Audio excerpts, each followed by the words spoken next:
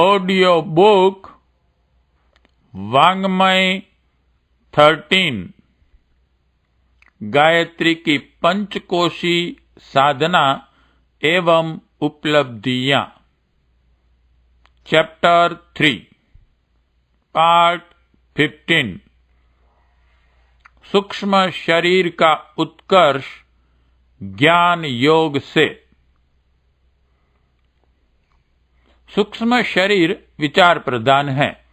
मन, बुद्धि, चित्त, अहंकार का अंतःकरण चतुष्टय इस आवरण का आधार है। विविध कामनाएं, वासनाएं, आकांक्षाएं, लालसाएं इसी में बैठती हैं। अभिरुचि और प्रकृति का केंद्र यही है। शरीर विज्ञान के अनुसार मस्तिष्क में यह संवेदनाएं समाविष्ट हैं। अतएव मस्तिष्क को सूक्ष्म शरीर का निवास स्थल माना गया है। यों यह चेतना समस्त शरीर में भी व्याप्त है। मस्तिष्क के दो भाग हैं, एक सचेतन, दूसरा अचेतन। माथे वाले अग्र भाग में सोचने, विचारने, समझने, बूझने, निर्णय और प्रयत्न करने वाला सचेतन मन रहता है और मेरुदंड से मिले हुए पिछले भाग में अचेतन मस्तिष्क का स्थान है। यह अनेकों आदतें, संस्कार, मान्यताएं, अभिमान, प्रवृत्तियां मजबूती से अपने अंदर धारण किए रहता है। शरीर के अविज्ञात क्रियाकलापों का संचालन यहीं से होता है। गुण विभाजन के अनुसार स्थूल शरीर तमोगुण यानी कि पंच तत्वों से, सूक्ष्म शरीर रजोगुण यानी कि विचारणा से और कारण शरीर सतोगुण यानी कि भावना से विनिर्मित हैं। स्थूल शरीर को प्रवृत्ति प्रधान, सूक्ष्म शरीर को जीव प्रधान और कारण शरीर को आत्मा परमात्मा प्रधान माना गया है। अन्नमय, प्राणमय, मनोमय, आनंदमय, विज्ञानमय कोश भी इन तीन शरीरों से अंतर्गत ही है, जिनका वर्णन पहले किया जा चुका है। यहाँ तो इतना जानना ही पर्याप्त है कि सूक्ष्म शरीर में देवत्व का अभिवर्धन करने के लिए ज्ञान योग की आवश्यकता होती है। ज्ञान योग का अर्थ उन जानकारियों को हृदयगम करना है जो हमारे आदर्श, सिद्धांत, मनोभाव और क्रियाकलापों का निर्माण एवं संचालन करती है। स्थूल ज्ञान वह है सांसारिक जानकारियां बढ़ाकर हमारे मस्तिष्क को अधिक उर्वर, सक्षम एवं समर्थ बनाता है। यश, धन, व्यक्तित्व, शिल्प, कौशल आदि इसी आधार पर उपार्जित किए जाते हैं। इसी को शिक्षा कहते हैं।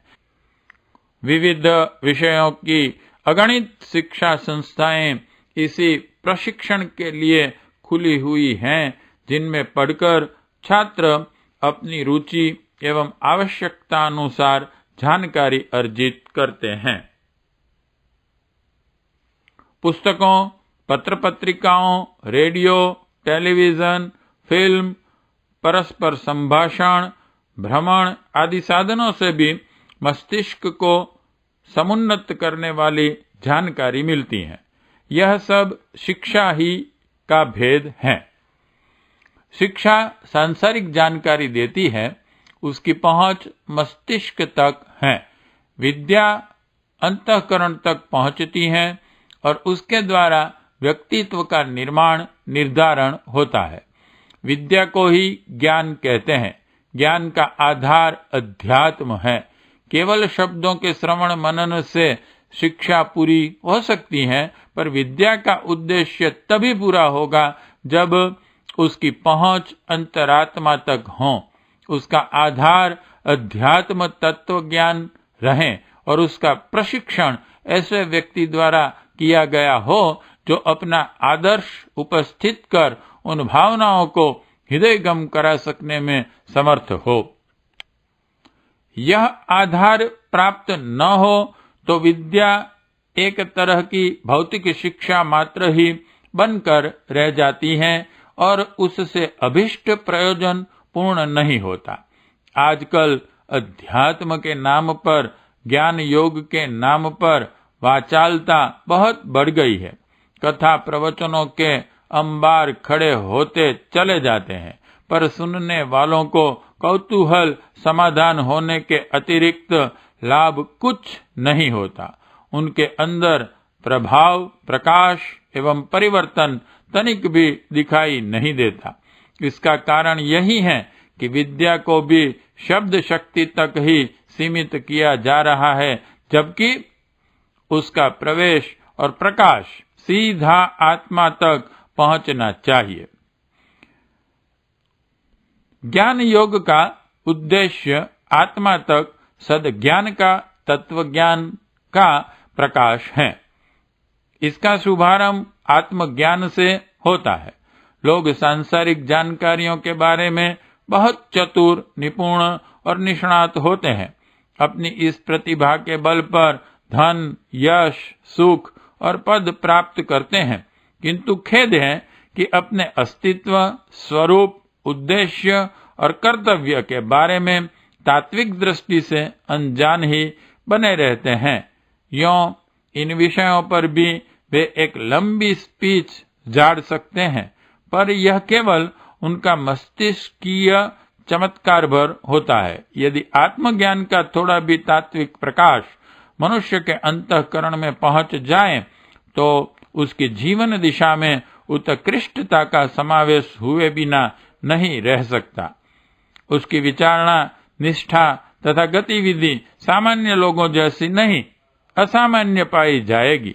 सच्चा आत्मज्ञान केवल जानकारी भर बनकर नहीं रह सकता। उसकी पहुंच अंतःकरण के गहन स्तर तक पहुंचती है और उस स्थान तक पहुंचा हुआ प्रकाश जीवन क्रम में प्रकाशित हुए बिना नहीं रह सकता। अध्यात्मवाद का प्रथम प्रशिक्षण आत्मज्ञान की उपलब्धियों के साथ ही दिया जाता है।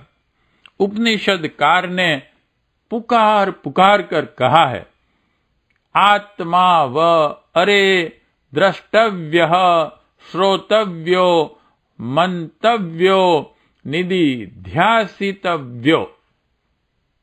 अपने को सुनो, अपने बारे में जानो, अपने को देखो और अपने बारे में बार बार मनन चिंतन करो। वस्तुतः हम अपने को शरीर मानकर जीवन की उन गतिविधियों का निर्धारण करते हैं जिनसे केवल शरीर का ही यत्किंचित स्वार्थ सिद्ध होता है। आत्मा के हित और कल्पना के लिए हमारे जीवन क्रम में प्रायः नहीं के बराबर स्थान रहता है।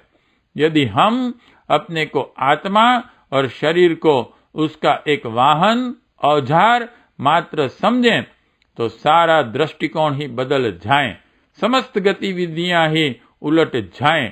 तब हम आत्मा के हित, लाभ और कल्याण को ध्यान में रखकर अपनी रीति नीति निर्धारित करें। ऐसी दशा में हमारा स्वरूप न नर पशु जैसा रह सकता है और न नर पिशाच जैसा। तब हम विशुद्ध नर नारायण के रूप में परिलक्षित होंगे। देवत्व हमारे रोम रोम से फूटा पड़ा रहा होगा। यदि इस तथ्य को हृदयगम किया जा सके, तो हर साधक अपने सूक्ष्म शरीर में, मानसिक चेतना में ज्ञान योग का समावेश कर देवत्व का जागरण करने की दिशा में आशाजनक प्रगति कर सकता है। पार्ट 15 समाप्त।